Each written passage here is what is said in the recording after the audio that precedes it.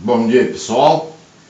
Agora vamos estudar aplicações das equações ordinárias, diferenciais ordinárias de segunda ordem com coeficientes constantes. E essa aplicação mais famosa é o sistema massa-mola.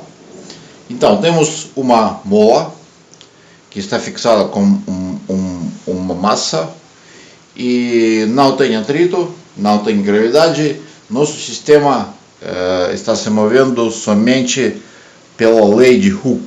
Então, esse é o ponto de equilíbrio e existe somente uma força que age sobre esse sistema, é a força de Hooke. Então, segundo a lei de Newton, tem essa forma e a gente pode escrever lei de movimento MA é igual a menos Kx, onde A é aceleração. A gente sabe que a aceleração é a segunda derivada de x e temos a equação diferencial que descreve esse sistema, x duas linhas mais ômega quadrado, x é zero. De onde apareceu ômega quadrado? Nós somente denotamos essa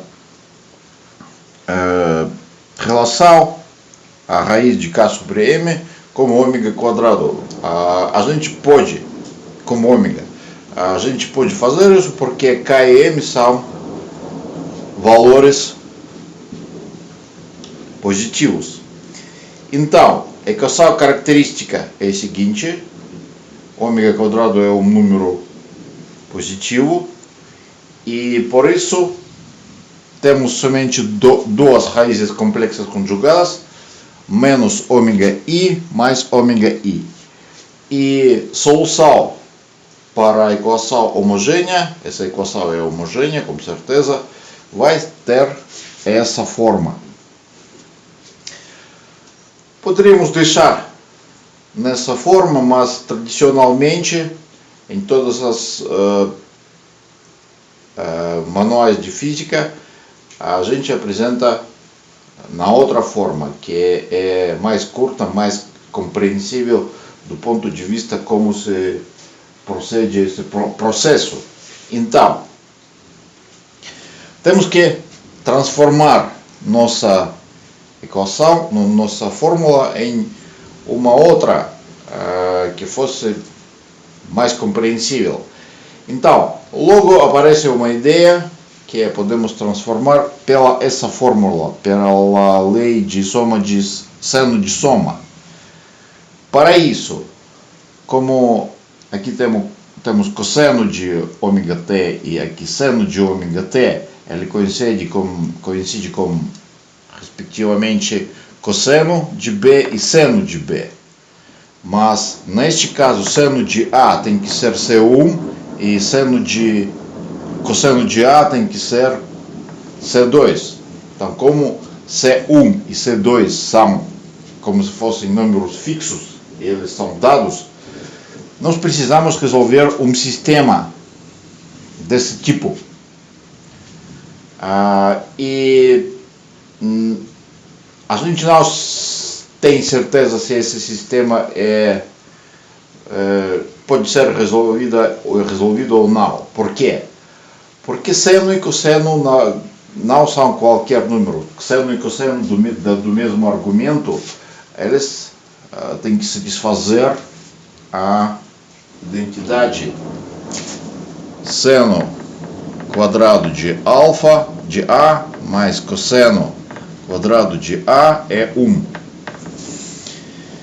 Mas números C1 e C2 não são obrigatórios, não são obrigados a satisfazer essa identidade. Então, a soma de quadrado de C1 e C2 não tem que ser 1. Então, vamos fazer o seguinte. Vamos colocar esse fator aqui fora de parênteses. E aqui vamos dividir C1 por esse fator e C2 por esse fator. E vamos ter, na verdade, o mesmo valor, mas na forma mais cômoda. E o que vai acontecer? Então, neste caso, temos que resolver já esse sistema. Seno de A é igual a esse valor e cosseno de A é igual a esse valor. Mas, se agora nós calculamos soma de quadrados desses valores, vai dar 1. E para resolver nosso sistema, nós vamos desenvolver um raciocínio geométrico. Qual é? Então vamos construir uma circunferência de raio 1 e vamos colocar nessa circunferência um ponto. Essa circunferência tem equação x² mais y² é igual a 1. Por isso, como nós demonstramos que esse ponto com essas coordenadas satisfaz a mesma equação, x² mais 1 mais y² mais 1 é igual a 1, x² mais y² é igual a 1, então esse ponto vai cair nessa circunferência, exatamente. Então, esse ângulo de raio vai ter seno desse ângulo, vai ter x, e cosseno vai ter y. Então, nós demonstramos geometricamente que esse sistema tem resolução. Agora, vamos denotar A como soma de quadrados. Vamos ter este aqui. Eu não escrevi o principal. Então, vamos ter já a forma x de t é igual a seno de ômega t mais a.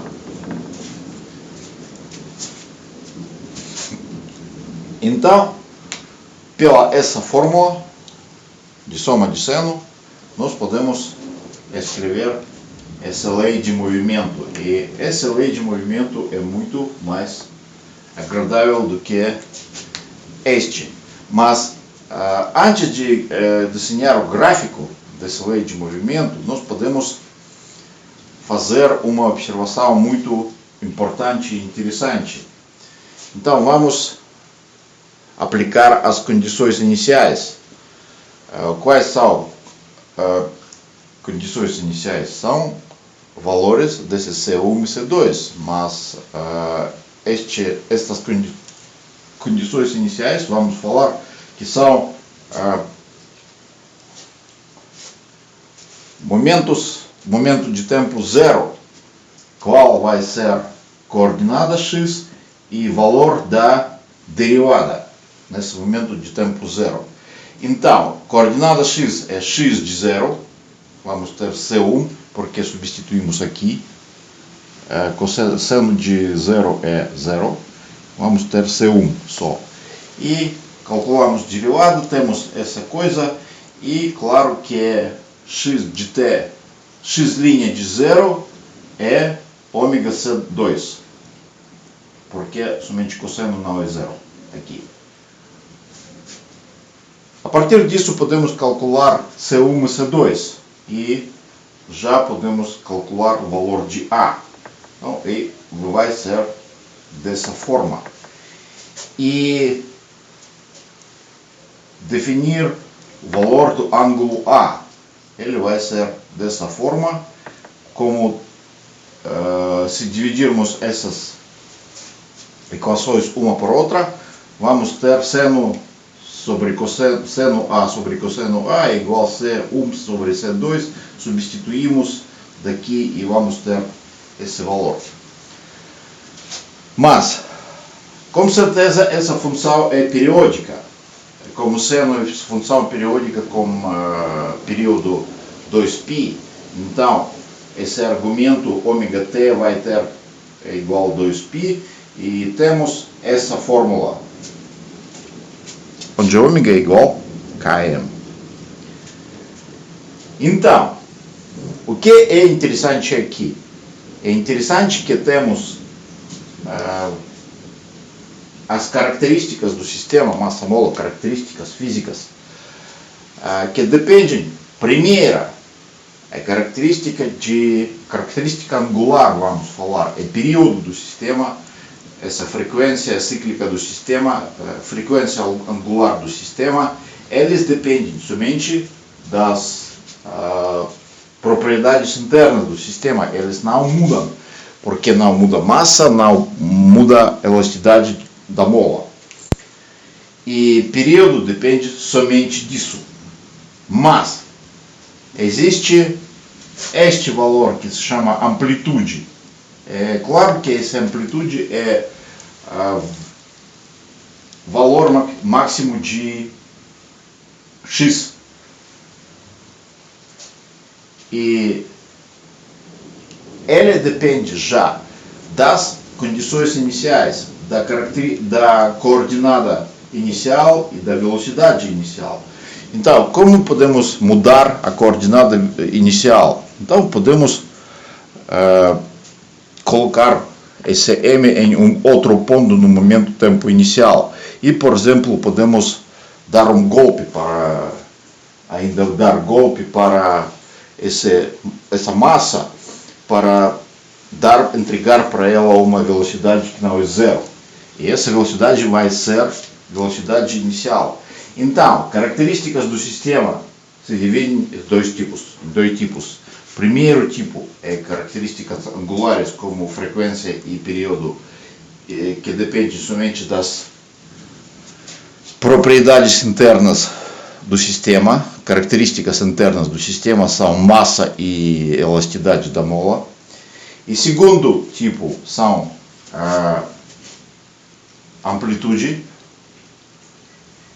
e de oscilações, e esse ângulo se chama ângulo de fase do sistema, que depende das condições iniciais.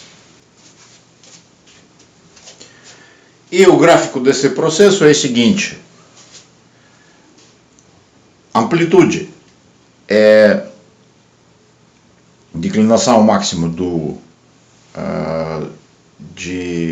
dessa coordenada. Aqui é x, aqui é t. Função periódica com período este. Não, desculpa. Sim.